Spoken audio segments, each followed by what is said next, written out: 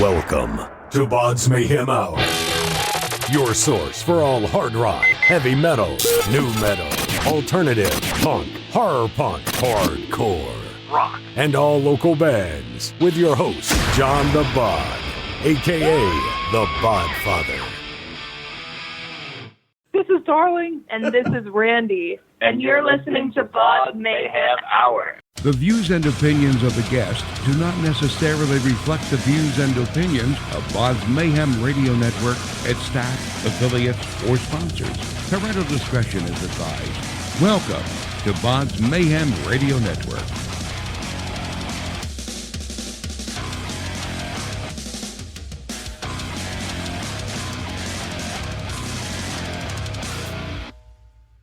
Hey everybody, welcome to BODS Mayhem Hour. I'm your host, John the Bod, a.k.a. the Bodfather, and as always, I'm bringing you guys and gals awesome interviews. Today, it's an honor and a privilege to have Dxrling and Randy on the show, and they have released her new single, Summertime, off her upcoming debut EP, The Art of Growing Up, and they have also released the first single, Misery, so you want to check these out.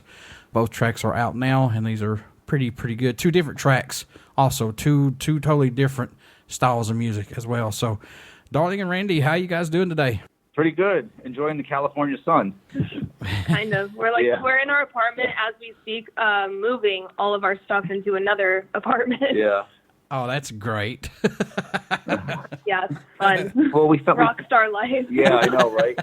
We found this one really cool place right at the foot of Runyon Canyon here in Los Angeles, and so it's like we like to go hiking quite a bit, and we work out and try to stay in the best shape we can while not on the road. And so we figured, the parking is always so hard to get to every time we go to Runyon Canyon, so we figured why not just move right there. Hiking's right at your front door there, so there you go. Yeah. How's it been working with Tag Publicity so far for you guys?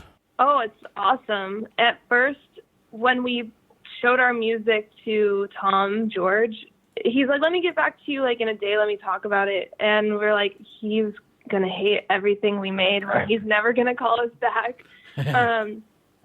But he called back and he was like, I love it, blah, blah, blah. But we're like, oh no. And he's like, I don't know if I can do the project justice because it's not really rock. It's it has a lot of pop elements, but he was like, I'd love to just give this a shot. He'd be honored to give it a shot. And he has gone he's exceeded my expectations. Yeah. He's done a really great job. I feel so far.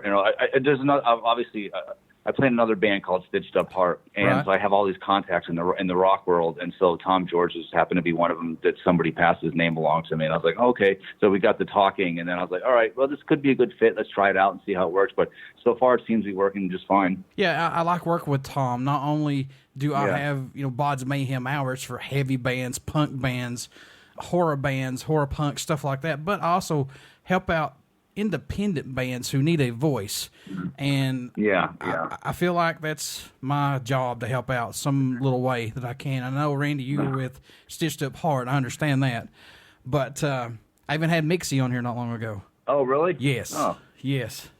So I'm all over the place with bringing any kind of band on here that needs to get their stuff out. I think that anybody that passes up that interview to help somebody out has solely forgotten on where they started from. So everybody needs help whatsoever.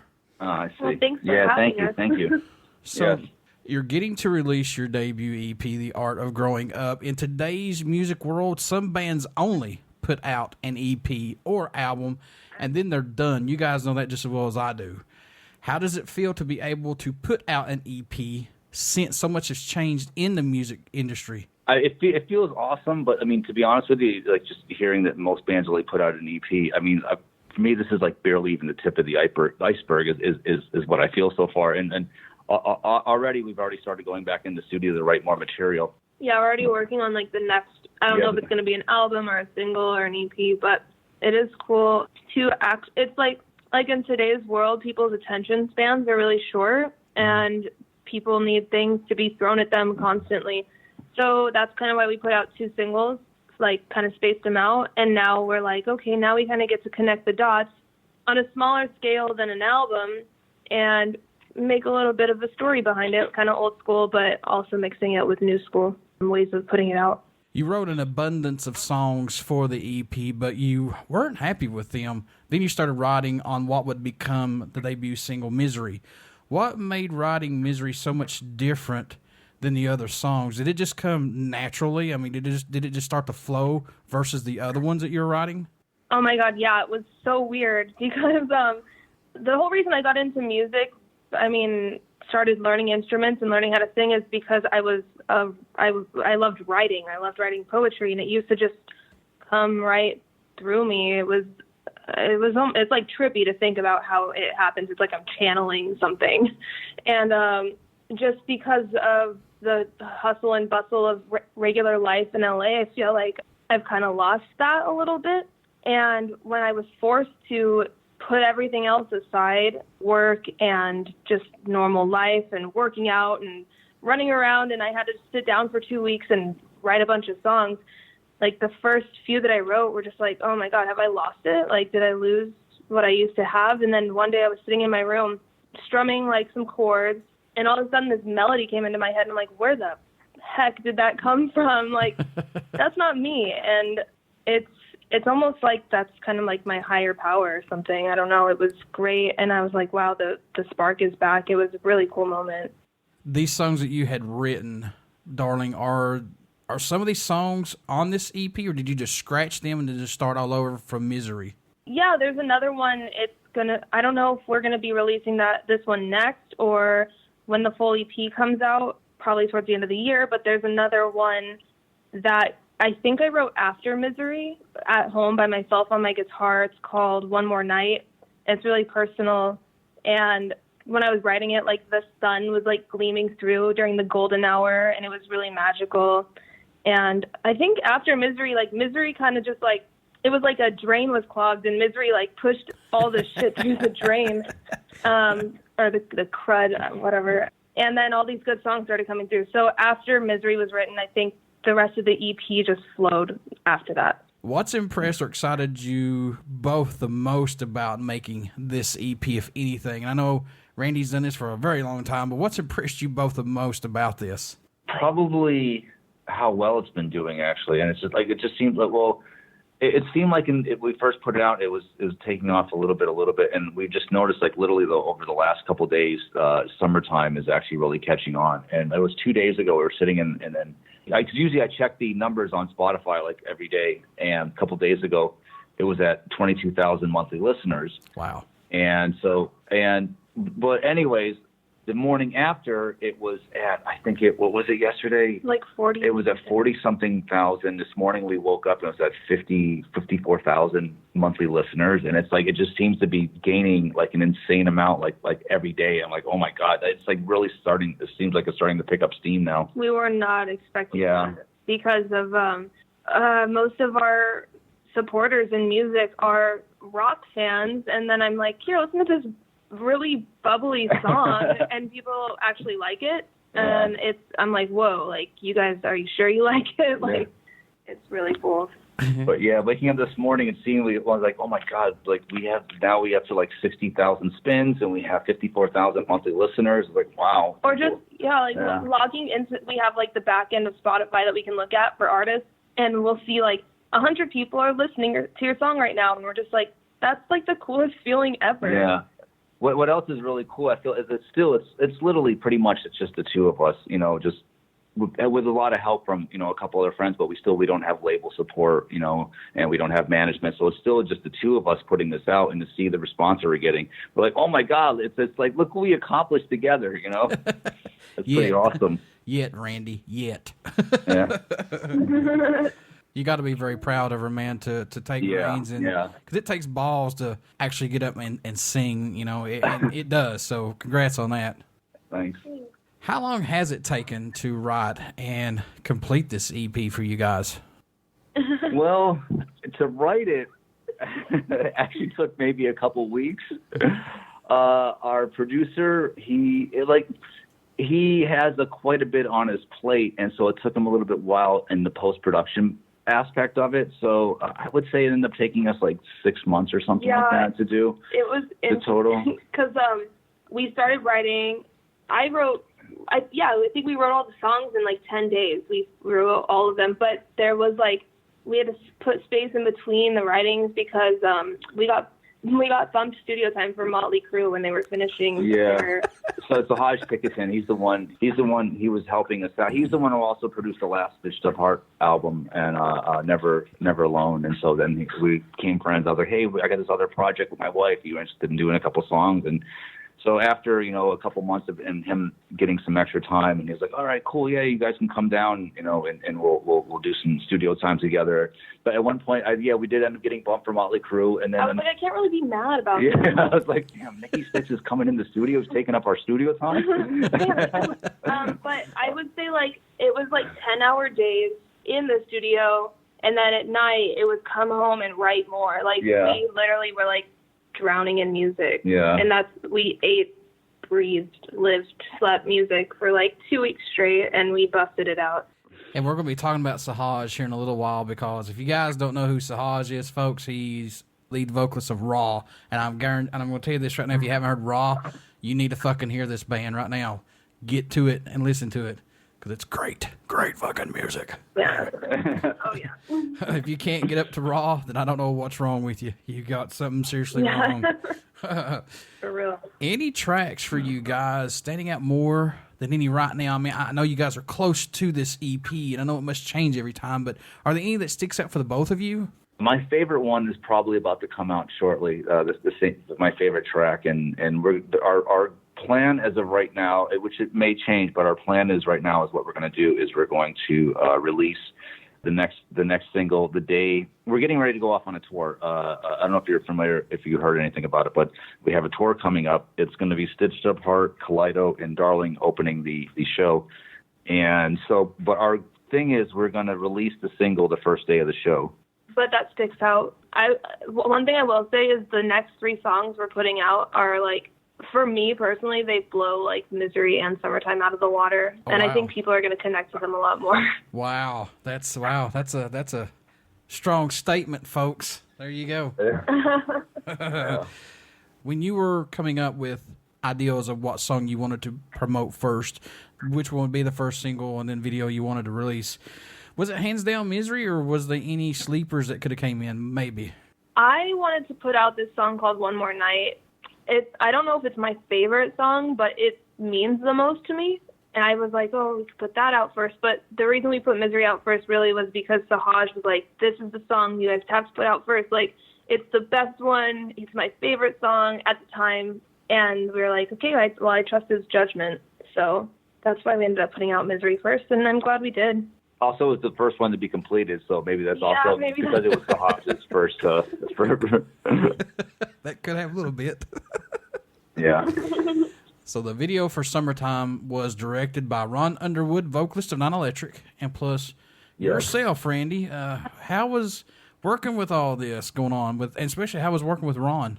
Me and Ron have been friends for years, man. I've known that guy for probably close to about a decade, I want to say, but working with Ron is literally a breeze, and I really actually enjoy working with that guy because he's like the friendliest guy. He's like the least non-negative person I think I've ever met in my life, and he's actually like a genuinely fun guy, and he's really cool to be around. Working as Ron was pretty much shooting it, and both of us were kind of directing it. It was. I mean, we worked on both videos together, the one for Misery and Summertime, but Summertime was a little bit more a big of a production, and I remember. Just trying to get everything together, and the day of the shoot, I was actually really even nervous myself. I have a little spot in the video, but literally I was like, man, I have to tell all these people what to do now. I've never done anything like this. I got to direct these people. And I was like, oh my God. I remember that day. I think Darling, she even noticed and could tell I was kind of nervous during the beginning of the day. But about an hour into the shoot, I was like, this is okay. All right, we're going to do this. We're going to do this. I had my sheet list, had everything I wanted to do, and I had crossed off a couple that we already completed, like the pool shot and someone jumping into the pool, the donuts. And just slowly the shots got knocked out one at a time. And I was like, okay. It was like a party. Yeah, actually, it really was more like even like a party, though. Ron's a great guy. I've had him on the show several times. Really down-to-earth guy. Hey, really, really good guy. I was almost to the point of stepping away from BODS Mayhem Hour, and he talked me out of it. So he's a really, really good guy. Yeah, he's awesome. Misery took like 16 hours to shoot, and by the end of it, all the models were like dead. We were so tired. And he was like, come on, guys, it's like 4 in the morning. And I'm like, dude, I don't know if I can do this anymore. It's like, how are you still on like 100% charge and we're like 2%? What's going on? Exactly. Yeah. It's like, what's up? What do you both hope everyone takes away from these 2 singles, or message you hope to hear while listening to them, or just any of Darling's music in general once all this gets out? Man, it's hard to say because the 2 singles are very different, like lyrically, sound-wise. One's a party anthem, basically, and one is a ballad about being in love with your vices. But I think, like, when the whole EP comes out, it all really comes together kind of well. It's basically my story of moving to Los Angeles when I was 18 and the series of events that happened that got me to where I am now. And so some of the songs are hopeful, some of them are really just dark, and I want people to take out of it that, like, the journey of life is ups and downs, and sometimes it's going to suck, like, really freaking bad, and sometimes it's going to be a party, and you're going to be with all your friends at the pool and drinking and having fun and living up life, and you just roll with it. And I hope that everyone can do the same, because I know a lot of people, including myself, struggle with depression, and sometimes it's hard to see the silver lining, but there is always one. It might be really small, but if you can find it, you'll keep going. The EP was produced by Sahaj Tickerton, of course, who's worked with Motley Crue, Starset, Seven Dust, and plus, like I said, he's the vocalist of Raw. Working with him, did he get anything, possibly, Darling, out of you that somebody else may have not gotten, possibly? Oh, my God, yeah. I feel like working with Sahaj was like going to college for 4 years. And I remember the first time, before Sahaj, writing was really personal to me. I have journals and journals that, like, I don't ever want anyone to read them because they're so, private and personal. And so taking something, like, I wrote a song at home about my parents who died. They both died of a drug overdose, and I wrote a song about it. And I took in my little rough draft of it to Sahaj, and he didn't know what it was about, but he's like, this line sucks. I'm like, oh, man, like, that hurts. Like, I'm like, damn, like, that's my personal writing, and my soul is, like, on this paper. And, I mean, he's not trying to be a dick. Like, he's just trying to make the best song possible. And so it taught me a lot about, it was kind of like he taught me alchemy. And I don't know if he knows this, but, like, he taught me how to take something that is really painful and private and, dark and something that I shoved deep inside of myself. He taught me how to take it and refine it and make it beautiful and show the world. Like, and I would never, even though the process of writing was really difficult, and I would come home sometimes and be like, Randy, I can't do this anymore. Like, it hurts, and I don't like being criticized for my writing. And Randy was like, come on, just keep going. Like, I wouldn't change that, the whole process for anything, because the songs that came out were awesome, more than anything I could have expected. So I loved working with Sahaj. I would do it again. I know you guys have just started this band, but you've been around for just a little bit with it. But do you see it growing? Yourselves musically growing from, where it's been starting from? Or have you found out something a little more about yourselves that finally was brought out during all of this, creating Darling and this EP, The Art of Growing Up, for the both of you? Well, I mean, pretty much there's no secrets between us. So we pretty much know, like, everything about each other, as far as I know, anyways. Yeah, that well. No, yeah. but I mean, it's to see this thing growing. I like I said it a little while ago. Like, literally, it feels like this is like barely even the tip of the iceberg, And we've only released 2 singles so far. That's it. I could see this growing a lot, like really, really growing and taking off. Yeah, at the beginning of the year, we have a little chalkboard in our house, and we wrote, it was literally like December 31st at like midnight, we wrote, work on Darling songs. And we woke up the first day of 2019, and we have not stopped working since then. And we knew we wanted to do something a little different than regular rock music that we both were into.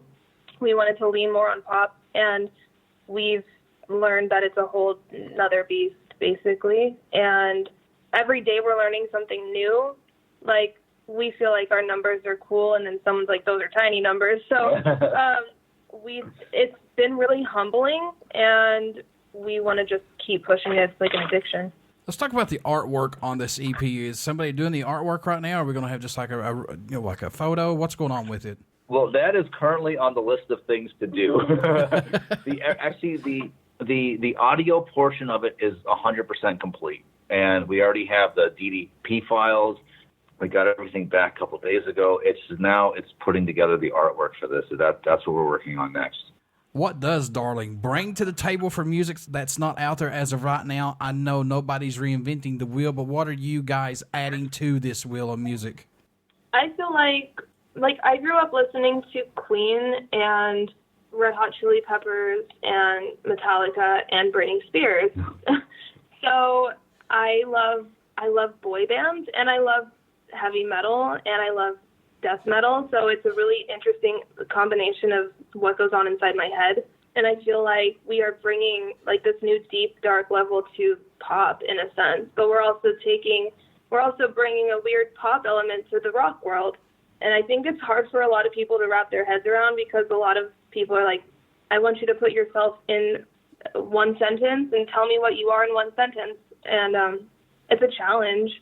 We're still learning it every day. It's evolving every day. But I would say, yeah, we're bringing a rock element to pop. We're bringing a pop element to rock. I could just hear in your head right now, oh, baby, baby, sanitarium. I was like, what? Pretty much. It's a confusing brain I live inside of. Smash up between Britney Spears and Metallica? No. Yeah. What can fans expect at a show from Dxrling who have not got to see you live as of yet? What are they going to get when they come to see you? They're going to get, well, we're still actually in the process of developing this part. And in the past, what they've seen is it's been an acoustic set, but for this up and coming tour, it's going to be like basically a full band. Full production. Yeah, it's going to be pretty much a full production. I don't want to give out any secrets.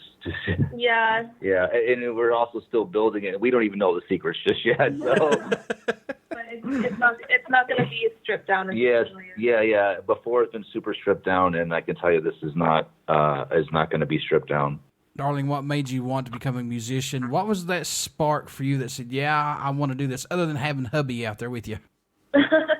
Yeah, I can't avoid the musicians. I was like, I'll never date a musician ever again, and then I met Randy. So, but yeah, my dad was a musician. My parents actually met in Hollywood, and I was conceived out here. And since the day I was born, I know, like, no exaggeration, I was immersed in music. My dad was always playing guitar and drums, and he had a whole studio set up with these old school computers, like, and that was, I've never known anything other than that. It's just almost like, being a kid and playing with your toys, like, is normal. Like, being around music was normal. If I'm not around music, it's weird. And what's funny is my dad was in a lot of rock bands. He was signed to Capitol Records for a while when he was younger. And, to anyone else, my dad would have been, like, super fucking cool. But to me, I was like, Dad, this is so lame. Like, you always think your parents are lame. And I'm like, I just want to listen to Britney Spears. Like, I don't want to listen to your stupid rock music. And what happened was, like, and he tried to teach me how to play guitar, and all I wanted to do was play Barbies. And in retrospect, I wish I would have just played guitar. He actually put me on one of his songs when I was, like, 6 years old, just singing a little chorus. And I was so embarrassed by my own voice when I heard it back on a recording.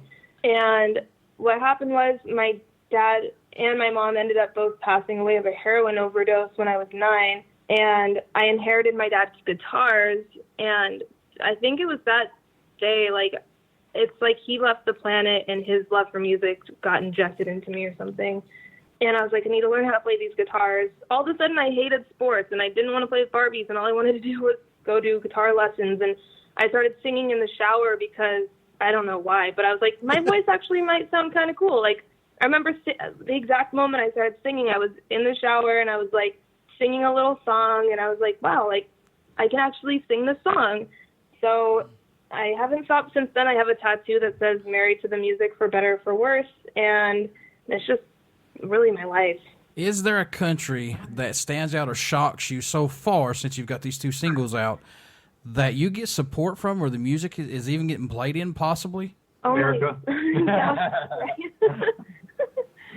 right. It's like weird because you can actually see what countries you're getting played in. Let's see, like Summertime is getting played in like Brussels or Helsinki. And Finland. like, what do you guys are listening to our music over there?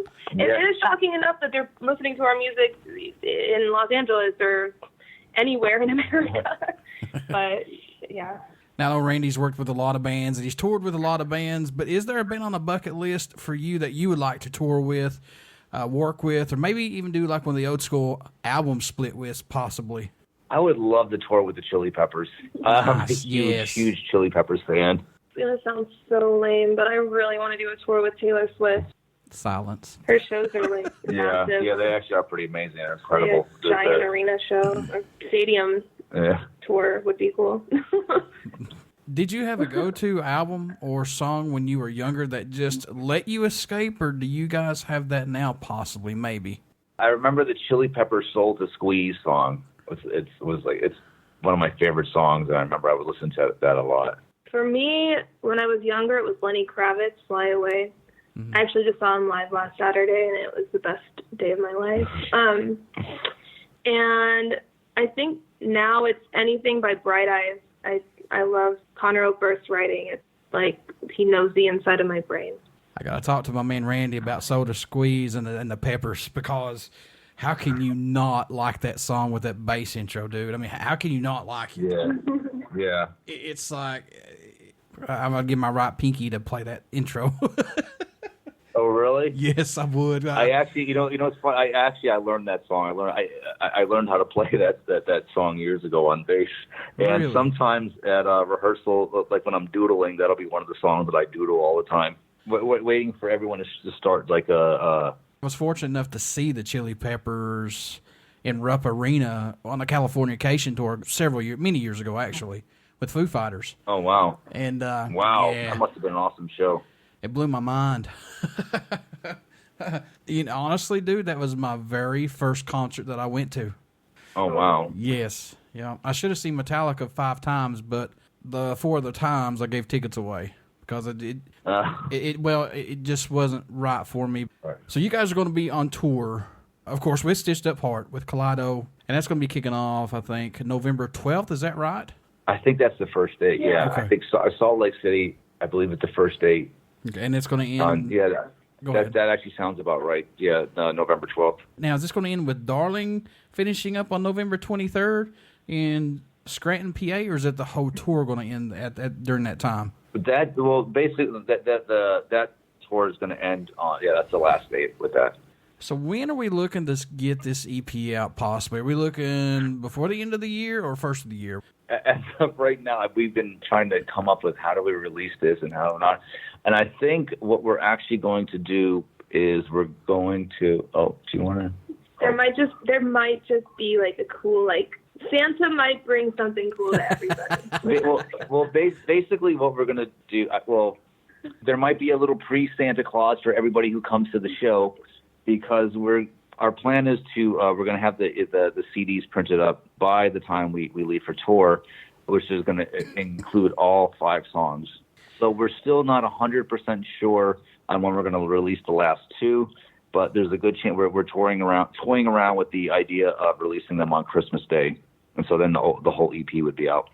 But if you come to the tour, you'll get it early, and if you come and get one of the CDs. That's a great ideal. Both are great ideals. Come to the show plus Christmas.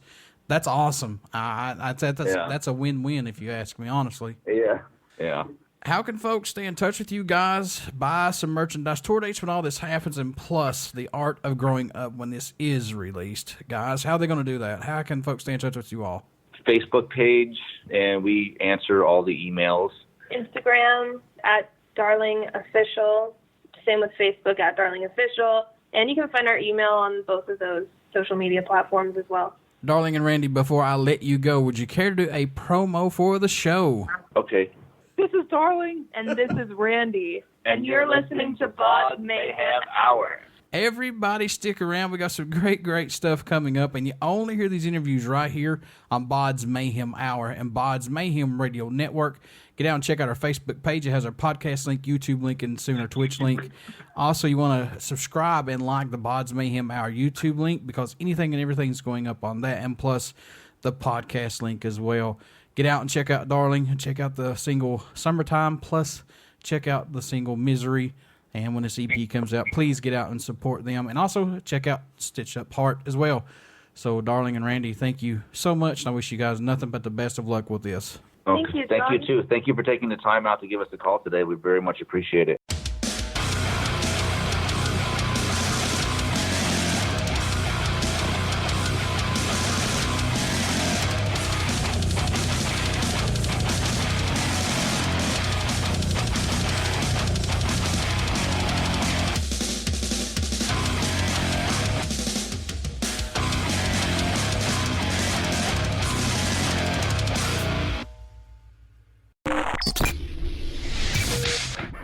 You're listening to BODS Mayhem Hour. Follow us on Facebook, Twitter, and Instagram.